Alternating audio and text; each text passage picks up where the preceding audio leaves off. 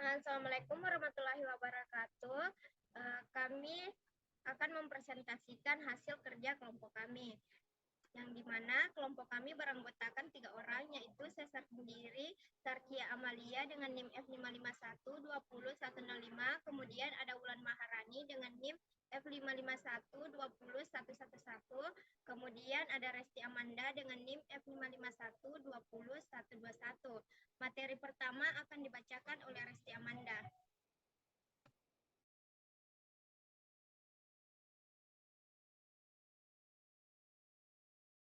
Oke, pertama itu penerus data. Penerus data pada statistik dapat diartikan sebagai nilai yang dianggap sebagai kelanjutan dari suatu data yang sudah ada. Penerus data seringkali digunakan untuk melengkapi data yang kurang lengkap atau untuk membuat estimasi nilai pada suatu rentang tertentu. Pada umumnya, terdapat 2 jenis penerus data, yaitu penerus data yang didasarkan pada statistik deskriptif dan penerus data yang didasarkan pada statistik inferensial. Pada penerus data yang didasarkan pada statistik deskriptif, penerus data yang diambil adalah nilai yang sering muncul atau median dari data yang sudah ada. Sedangkan pada penerus data yang didasarkan pada statistik inferensial, penerus data dihasilkan dengan menggunakan metode-metode seperti regresi atau model prediksi lainnya. Kemudian pengukuran. Pengukuran adalah penentuan besaran, dimensi, atau kapasitas. Biasanya terhadap suatu standar atau satuan ukur, pengukuran merupakan aturan-aturan pemberian angka untuk berbagai objek sedemikian rupa sehingga angka ini mewakili kualitas atribut. Pengukuran yang baik harus mempunyai sifat isomorfis dengan realitas. Artinya bahwa terdapat kesamaan yang dekat antara realitas yang diteliti dengan nilai yang diperoleh dari pengukuran. Kemudian tendensi sentral. Tendensi sentral merupakan pengukuran aritmatika yang ditujukan untuk menggambarkan suatu nilai yang mewakili nilai pusat atau nilai sentral dari suatu himpunan data. Tendensi sentral memberikan satu nilai yang dapat mewakili atau menggambarkan seluruh skor dalam kelompok. Nilai mean, median, dan modus adalah ukuran sentral tendensi yang paling umum digunakan. Selanjutnya tendensi sentral ada 3, mean, median, modus. Mean merupakan ukuran untuk menghitung nilai rata-rata dari suatu data statistik. Median merupakan nilai tengah dari data yang diurutkan, kemudian modus merupakan nilai yang paling sering muncul atau frekuensinya terbesar. Selanjutnya itu ukuran posisi. Ukuran posisi merupakan ukuran untuk data statistik yang menggambarkan pembagian dari data statistik menjadi kelompok yang sama besarnya.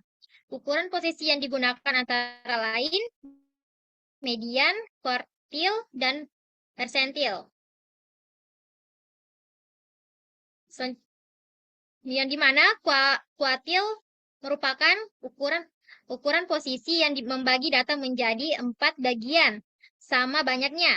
Adapun ukuran kuartil atau kuartil terdiri dari K1, K2, dan K3.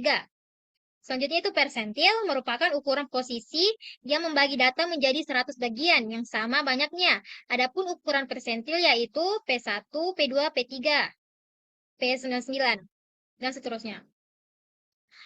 Kemudian implementasi kuartil sering digunakan dalam data penjualan dan survei untuk membagi populasi ke dalam berbagai kelompok.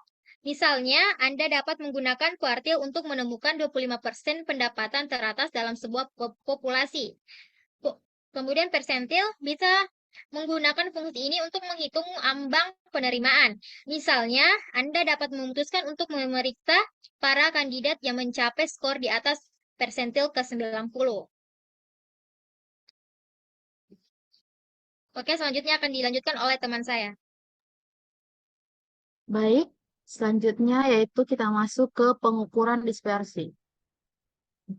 Nah, di sini adapun yang dimaksud dari pengukuran dispersi itu sendiri ialah ukuran variasi, ukuran yang menyatakan seberapa banyak nilai-nilai data yang berbeda atau menyimpan dari nilai pusatnya.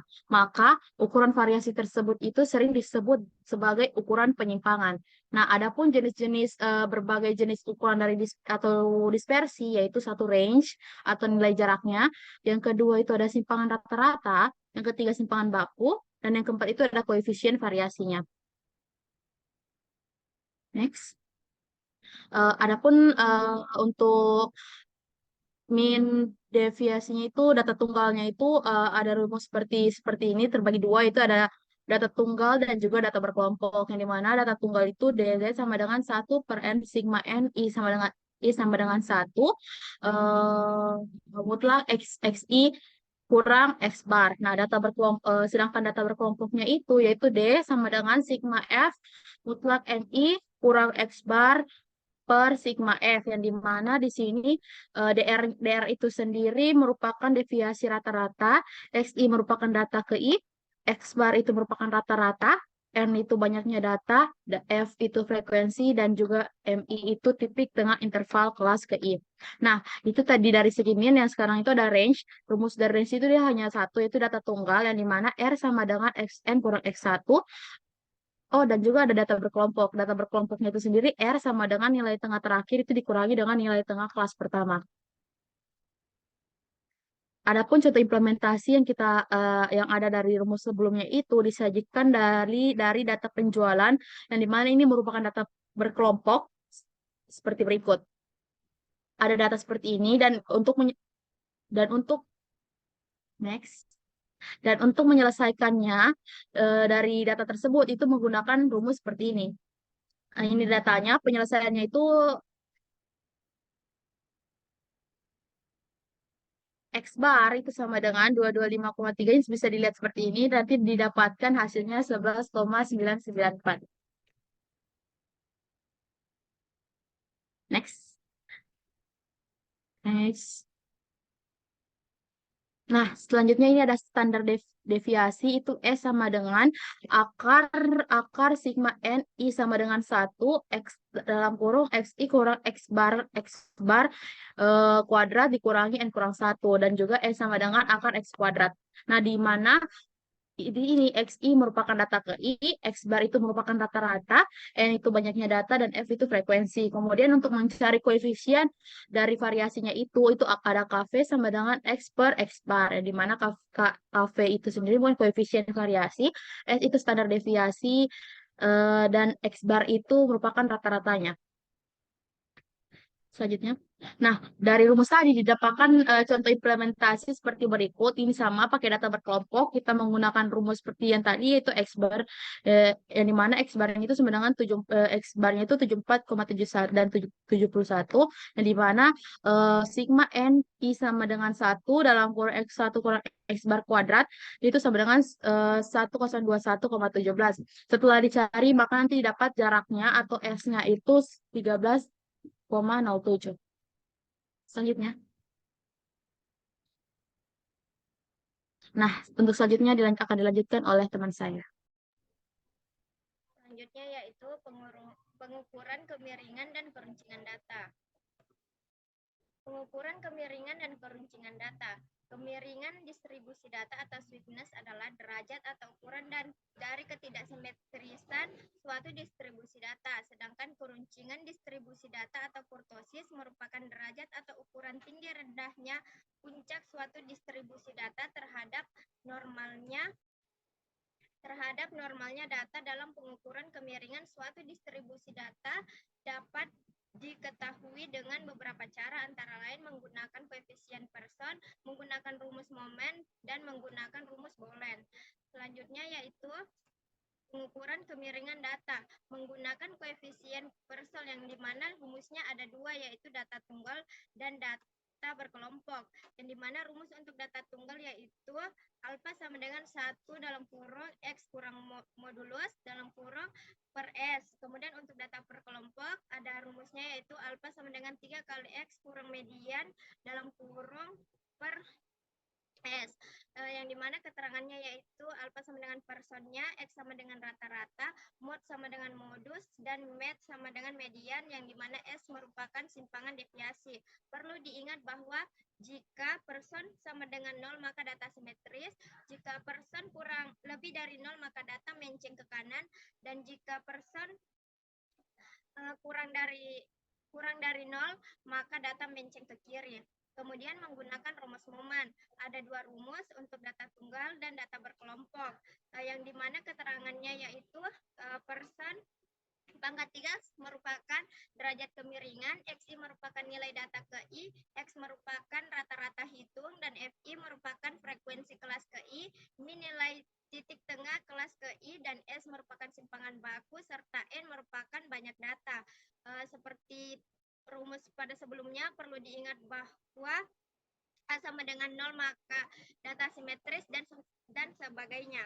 Kemudian menggunakan rumus Boolean, yang dimana rumus Boolean hanya satu digunakan pada data tunggal dan data berkelompok, yang dimana rumusnya yaitu person A3 sama dengan Q3 tambah Q1 kurang 2Q2 per Q3 kurang Q1, yang dimana merupakan person 3 itu derajat kemiringannya, Q1 merupakan kuartil pertama, Q2 merupakan kuartil kedua, dan Q3 merupakan kuartil ketiga.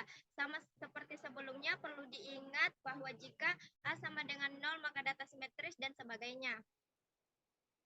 Selanjutnya yaitu pengukuran peruncingan data, yang dimana rumusnya yaitu PCK sama dengan 1/2 dalam kurung kuartil 3 kurang kuartil 1 per persentil 90 sama dengan kurang persentil 10, yang dimana QC3 sama dengan 0,23 dapat dikatakan fungsi normal karena QCK lebih dari 0,23 merupakan leptokurtosis, kemudian QCK lebih kurang dari 0,263 merupakan platikurtosis.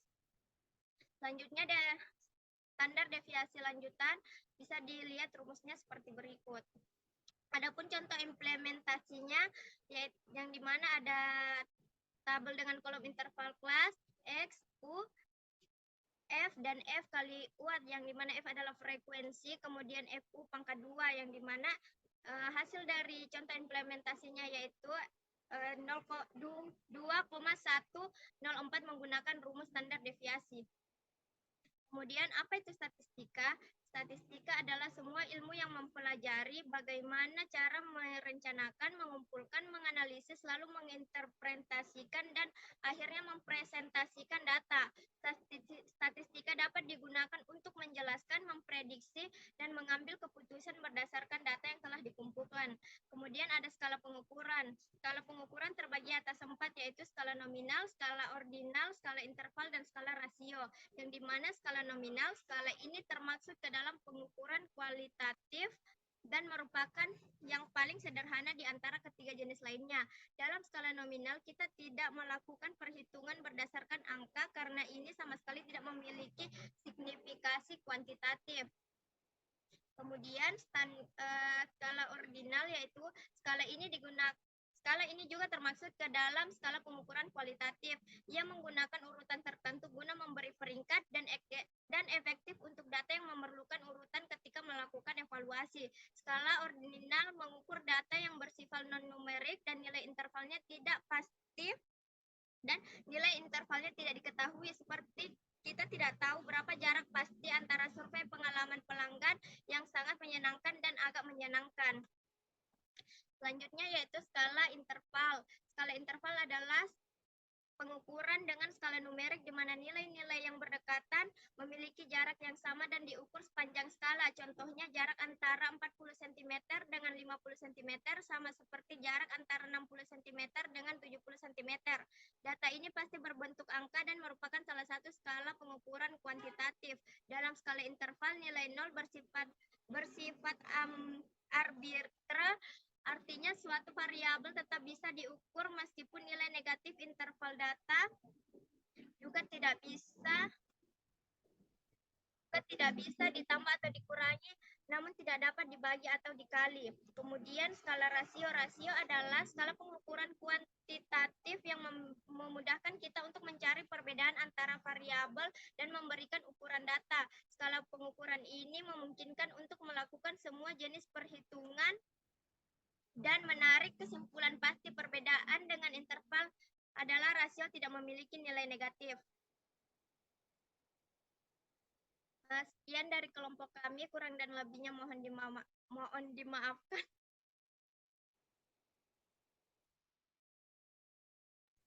Wassalamualaikum warahmatullahi wabarakatuh.